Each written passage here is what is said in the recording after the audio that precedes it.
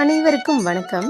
இன்றைய பதிவில் எதை பற்றி பார்க்க போகிறோம் அப்படின்னு தெரிஞ்சுக்கிறதுக்கு முன்னாடி இப்போ தான் நம்ம சேனலை முதன்முறையாக பார்க்குறீங்க அப்படின்னா மறக்காமல் சப்ஸ்கிரைப் பண்ணிக்கோங்க.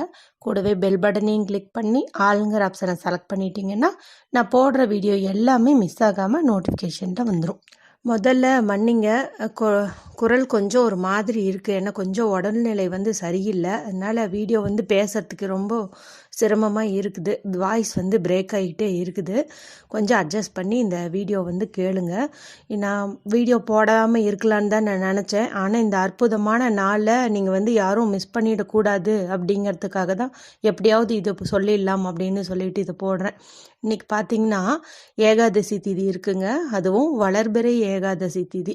புத்தாண்டு ஆரம்பித்து முதன்முறையாக வரக்கூடிய வளர்பிறை ஏகாதசி திதின்னே சொல்லலாம். அதுவும் தை மாதத்தில் வர ஏகாதசி திதி.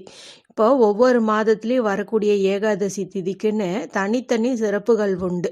எப்படி சிறப்புகள் உண்டோ அதே போல் தனித்தனி பெயர்களும் உண்டு.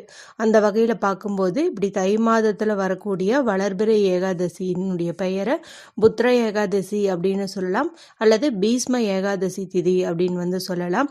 ஏற்கனவே நேற்று ஒரு வீடியோ போட்டிருந்தாங்க நைட்டு.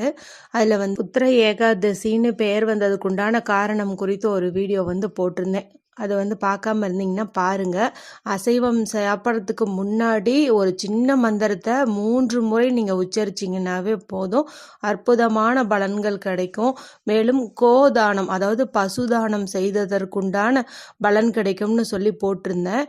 காலையில் நீங்கள் எந்த நேரம் எழுந்தாலும் சரி, நீங்கள் அதை மந்திரத்தை சொல்லுங்கள். அதன் பிறகு நீங்கள் அசைவம் சாப்பிட்டீங்கனாலும் பிரச்சனை கிடையாது. அற்புதமான நாளில் அற்புதமான அந்த வார்த்தையை சொல்லி நல்லபடியாக பலனடையுங்க.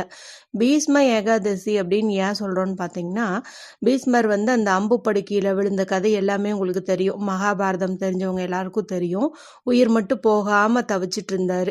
அந்த சமயத்தில் அவருடைய துன்பங்கள் நீக்கி அவர் முக்தி அடைஞ்சு வைகுண்டத்துக்கு போன நாள் அப்படின்னு பார்க்கும்போது இந்த தை மாதத்தில் வரக்கூடிய வளர்பிறை ஏகாதசி திதி அப்படின்னு சொல்லலாம். அதனால தான் இதை பீஷ்ம ஏகாதசி அப்படின்னு சொல்லுவோம். எப்படி பார்த்தீங்கன்னாலும் இதற்கு துன்பங்களை நீக்கக்கூடிய சக்தி அப்படிங்கிற ஒன்று உண்டு. நம்ம வாழ்க்கையில் கஷ்டம்னு நீங்கள் எதையெல்லாம் நினைக்கிறீங்களோ, அது கடன் பிரச்சனையாகட்டும், குழந்தை இல்லைன்னு நினச்சிங்கனாகட்டும், இல்லை திருமணம் தள்ளி போயிட்டே இருக்குது, வேலை கிடைக்காம இருக்குது அப்படின்னு இன்னும் நிறையா நான் சொல்கிற காரணங்கள் கொஞ்சம் தான். இன்னும் உங்கள் வாழ்க்கையில் என்னென்ன கஷ்டங்கள் இருக்குன்னு உங்களுக்கு தானே தெரியும். அது எல்லாமே நீக்கக்கூடிய சக்தி அப்படிங்கிறது இந்த ஏகாதசி திதிக்கு உண்டு. அப்படி இருக்கும்போது இந்த அற்புதமான நாளில் பூஜை வழிபாடுகள் செய்வது மிக மிக சிறந்த பலனை கொடுக்கும். இல்லைனாலும் நான் அந்த வீடியோவில் சொன்ன மாதிரி அந்த வார்த்தையை மட்டும் நீங்கள் 3 முறை சொன்னீங்க அப்படின்னாலும் அற்புதமான பலன்கள் கிடைக்கும். சரி, இப்போது நம்முடைய வீடியோவில் எப்போவுமே இந்த வழிபாடு பூஜை இதெல்லாமே இல்லாத முறையும் நான் ஒன்று சொல்லுவேன்னு சொல்லியிருந்தேன் இல்லையா? அதன்படி பார்க்கும்போது இந்த வளர்பிறை ஏகாதசி நாளில் பணவசியத்தை ஈர்க்கக்கூடிய ஒரு சிம்பலை பற்றி தான் சொல்ல போகிறேன். ஏற்கனவே பணவசிய சிம்பல் சொல்லி நான் நிறைய நம்ம பதிவுகளில் போட்டிருக்கிறேன். நிறைய மணி அட்ராக்ஷன் வேர்ட்ஸ் எல்லாமே உங்களுக்கு நான் சொல்லி கொடுத்துருக்குறேன். அதன்படி செஞ்சிங்கன்னா நல்ல பலன் கிடைக்கும். எப்போவுமே பாசிட்டிவான ஒரு எண்ணத்தை மனசில் வச்சுக்கிட்டே பண்ணுங்கள். நம்பிக்கையோடு எந்த விஷயத்தை செய்கிறோமோ அது கட்டாயம் பலன் கொடுக்கும். சரி, அந்த வகையில் பார்க்கும்போது சென்ற முறை ஏகாதசிக்கு நான் ஒரு சிம்பிள் வரைஞ்சி காட்டியிருந்தேன். அதுவும் மற்ற நாட்களில் செய்வதை காட்டிலும் இந்த ஏகாதசி திதி அன்னைக்கு பண்ணணும்னா அற்புதமான பலன்கள் கிடைக்கும்னு சொல்லியிருந்தேன். அதே போல் தான் இப்போ நான் வரைஞ்சி காட்டக்கூடிய நீங்கள் மற்ற நாட்களில் செஞ்சீங்கனாலும் அற்புதமான பலன்கள் கிடைக்கும். அதில் எந்த ஒரு மாற்று கருத்தும் இல்லை. இருந்தாலும் ஒரு சிறப்பான நாள் மற்றும் திதி அப்படின்னு வரும்போது அந்த அன்னைக்கு பண்ணும்போது இன்னும் கொஞ்சம் அது சிறப்பு வாய்ந்ததாக கருதப்படுது. அதுக்குண்டான ரிசல்ட் சீக்கிரமாக கிடைக்கும் அப்படின்னு சொல்லுவாங்க. அதுக்காக நீங்கள் இன்னைக்கு இது செய்கிறது ரொம்ப நல்லது. இதுக்கு ஒரு அமைதியான இடத்துல உட்காந்துக்கோங்க. இதுக்கு எந்த ஒரு ரூல்ஸ் அண்ட் ரெகுலேஷன்ஸுமே கிடையாது. நீங்கள் அசைவம் சாப்பிட்ருந்தாலும் செஞ்சிருந்தாலும் இதை செய்யலாம். பெண்கள் இதை மாதவிடாய் சமயத்துலேயும் செய்யலாம். பிறப்பிறப்பு தீட்டு இருந்தாலும் செய்யலாம். இன்றைக்கி சண்டேங்கிறதுனால யாராவது ஒரு ஃப்ரெண்டு வீட்டுக்கு போயிருக்கீங்க, உறவினர் வீட்டுக்கு போயிருக்கீங்கனாலும் அங்கேயும் உட்காந்தும் நீங்கள் செய்யலாம். அதனால் இதுக்கு எந்த ஒரு ரூல்ஸுமே கிடையாது, எதுவுமே கிடையாது. அதனால் நீங்கள் இதை வரைஞ்சிங்க அப்படின்னா மட்டுமே போதும். இப்போ வந்துட்டு ஒரு அமைதியான ஒரு இடத்துல ஒரு 2 நிமிஷம் உட்காந்துட்டிங்கன்னா ரொம்ப நல்லா இருக்கும். அதாவது டிவி பார்க்காம யாரு கூடயும் பேசாமல் மொபைல் பார்க்காம செய்யும்போது இன்னும் நம்மளுடைய அந்த கான்சன்ட்ரேஷன் வந்து அதிகரிக்கும், நல்ல ஒரு வைப்ரேஷன் கிடைக்கும். அதுக்காக தான் இது மாதிரி வந்து செய்ய சொல்கிறது. இன்னும் கொஞ்சம் பெஸ்ட்டாக சொல்லணும்னு பார்த்தீங்கன்னா, நல்ல ஒரு டீப் ப்ரீத் எடுத்தீங்க அப்படின்னா உங்களுடைய மனசும் வந்து நல்ல ஒரு ரிலாக்ஸேஷன் பெறும். அது மாதிரி கூட நீங்கள் பண்ணிக்கலாம். அடுத்து உங்கள் உடம்பினுடைய லெஃப்ட் சைடு, அதாவது உங்கள் உடலினுடைய இடது பாகம் எதுவாக இருந்தாலும் நீங்கள் அந்த இடத்துல வந்துட்டு இதை செய்யலாம். அதாவது உங்களுடைய இடது கையில், மணிக்கட்டில், உள்ளங்கையில், தொடையில், காலில் அப்படின்னு தோள்பட்டையில் எங்கே வேணாலும் சரி உங்களுடைய உடம்பின் இடது புறத்தில் நீங்கள் இதை வந்து வரைஞ்சி வைக்கணும். அதுதான் வந்து ரொம்ப முக்கியம். ரொம்ப ரொம்ப சக்தி வாய்ந்த முறை அப்படின்னே வந்து சொல்லலாம். அதனால் நீங்கள் வந்துட்டு இது கையில் வரைஞ்சோம் அப்படின்னா மற்றவர்களெல்லாம் பார்த்து இது என்னன்னு கேட்பாங்க அப்படின்னு நினச்சிங்கன்னா நீங்கள் உங்களுடைய தொடைப்பகுதியிலையோ கால்லையோ கூட நீங்கள் வந்து வரைஞ்சிக்கலாம். அந்த மாதிரியும் வந்து பண்ணிக்கலாம். இதுக்கு நமக்கு தேவையானது அப்படின்னு பார்த்தீங்கன்னா க்ரீன் கலரில் மை வரக்கூடிய பேனாவோ ஸ்கெட்ச் பென்சிலோ மார்க்கரோ இது 3ல் ஏதாவது ஒன்று எடுத்துக்கோங்க. அல்லது சிவப்பு நிறத்தில் மை வரக்கூடிய பேனா ஸ்கெட்ச் பென்சில் மார்க்கரும் எடுத்துக்கலாம். இந்த 2ல் ஏதாவது ஒன்றை பயன்படுத்துங்க. ரெண்டுமே மணி அட்ராக்ஷனுக்கு ரொம்ப ரொம்ப பவர்ஃபுல்லான ஒரு கலர்னே சொல்லலாம். நான் நிறைய விஷயத்துக்கு இதை தான் பயன்படுத்தணும் அதை தான் பயன்படுத்தணும்னு சொல்லுவேன். ஆனால் இந்த மெத்தடுக்கு நீங்கள் இந்த 2 கலரில் எதை வேணாலும் எடுத்துக்கலாம். 2க்குமே வந்து பவர் உண்டு. அதனால் எடுத்துகிட்டு இப்போ பார்த்தீங்கன்னா என்னால் ஒரு கையில் மொபைல் பிடிச்சிட்டு என்னுடைய கையில் வந்து இப்படி வரைஞ்சி காட்ட முடியாது. நான் அதனால் ஆல்ரெடி வந்து இங்கே நான் வரைஞ்சிக்கிட்டேன். இப்போ உங்களுக்கு நான் எப்படி வரைஞ்சேன்னு செஞ்சு காட்டுறதுக்காக நான் பேப்பரில் வந்து வரைஞ்சி காட்டுறேன்.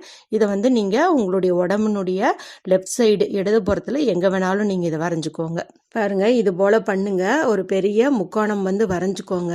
அதனுடைய நடுப்புள்ளியிலிருந்து இப்படி மேலே ஒரு முக்கோணமும் கீழே ஒரு முக்கோணமும் வந்து போட்டுக்கோங்க. அதன் பிறகு அந்த 2 முக்கோணத்தையும் இது போல் ஒரு கோடு போட்டு ஜாயின் பண்ணிக்கோங்க. குறுக்கவும் வந்து இது மாதிரி ஒரு கோடு போட்டுக்கோங்க. இதனுடைய இந்த கனெக்டிங் எல்லாம் தெரியணும் அப்படிங்கிறதுக்காக நல்லா வந்து டார்க்கான புள்ளிகள் வந்து வைங்க. இது ரொம்ப ரொம்ப நல்லது. இது போல் பண்ணிவிட்டு இப்போ நடுவில் வந்து இந்த கோட்டினுடைய நடுப்பகுதியில் இந்த புள்ளியில் ஆரம்பித்து இப்படியே இது ஒரு சக்கரம் மாதிரி வந்து நீங்கள் சுற்றணும். இப்போ பார்த்தீங்கன்னா இந்த மையப்புள்ளியிலிருந்து இப்படி சர்க்கிள் மாதிரி கொண்டு போயிட்டு அந்த முக்கோணத்தின் ஒரு பகுதியை தொடுது, இந்த பக்கமும் தொடுது, மறுபடியும் ஜாயின் பண்ணி அந்த இன்னொரு பகுதியவே டச் பண்ணி முடிக்குது. இதே போல் வந்து நீங்கள் வரையணும். இதுக்கு வந்து சிஜில் சிம்பல் அப்படின்னு வந்து சொல்லுவாங்க. இது வந்து மணி அட்ராக்ஷனுக்கு உதவுதுங்க. அதாவது பண ஈர்ப்புக்கு வந்து உதவக்கூடிய ஒரு சிம்பல் அப்படின்னே சொல்லலாம். எப்படி வந்து சுவிட்ச் வேர்டு வந்து பவர்ஃபுல்லானதோ அதே போல் இது போல் சின்னங்களும் வந்து பவர்ஃபுல்லானதுன்னு சொல்லுவோம். அதனால் அதுவும் இந்த சக்கரம் போன்ற அமைப்பு இருக்குது இல்லைங்களா, இது வந்து இந்த பிரபஞ்சத்தில் எங்கேருந்தெல்லாம் உங்களுக்கு பணம் வரணும்னு இருக்கோ அங்கெல்லாம் ஒரு சக்கரம் மாதிரி சுழன்று கொண்டு வேகமாக உங்களிடம் பணம் வந்து சேர்வதற்கு மிக மிக உதவியாக இருக்கும். இது மற்ற நாட்களில் செய்வதை காட்டிலும் இன்றைக்கி பண்ணுறது ரொம்ப ரொம்ப நல்லது. இன்றைக்கி முழுவதுமே நமக்கு ஏகாதசி தீதி இருக்கிறதுனால நீங்கள் இரவு தூங்குவதற்குள்ளே எப்போ வேணாலும் பண்ணுங்கள். ஒருவேளை சூழ்நிலை காரணமாக நீங்கள் இதை தவற விட்டீங்கன்னா நீங்கள் இன்னொரு நாள் கூட பண்ணலாம். ஒன்று தவறுமே கிடையாது. இதை அடிக்கடி நீங்கள் பார்த்துட்டு இருக்கிறதும் ரொம்ப ரொம்ப நல்லது. அதனால் ஒரு பேப்பரில் கூட நீங்கள் இது போல் வரைஞ்சி வச்சு நீங்கள் எங்கேயாவது உங்கள் வீட்டு பூஜை அறையிலையோ இல்லை பெட்ரூம்லேயோ கூட ஒட்டி வச்சுக்கலாம். இல்லைன்னா இது போல் கையிலையோ கால்லையோ கூட நீங்கள் வரைஞ்சி வச்சுக்கலாம். இது இன்றைக்கி தான் பண்ணோம் அன்றைக்கி தான் பண்ணணுன்ட்டு ஒன்றும் கிடையாது. ஏன்னா இன்றைக்கி பண்ணுவது இன்னும் கொஞ்சம் சிறப்புங்கிறதுனால நான் இன்றைக்கி இந்த வீடியோ வந்து போட்டிருக்கிறேன்.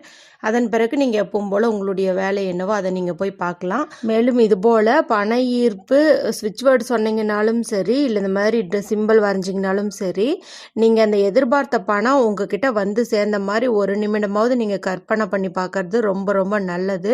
இது போல் கற்பனை பண்ணி பார்த்தோம் அப்படின்னா நல்ல ஒரு நேர்மறை எண்ணங்கள் நம்ம மனசில் வந்து உருவாகும். அதுக்காக தான் நான் ஒவ்வொரு முறையும் வந்து இதை சொல்கிறேன். அதனால் இதை வரையும் போதும் நீங்கள் வந்துட்டு உங்கள்கிட்ட அந்த பணம் வந்து சேர்ந்த மாதிரியே ஒரு எண்ணத்தை நீங்கள் மனசில் பரவ விடுங்க. அந்த மகிழ்ச்சியை பரவ விடுங்க. அப்போ தான் இதனுடைய எஃபெக்ட் வந்து ரொம்ப ரொம்ப நல்லாயிருக்கும்.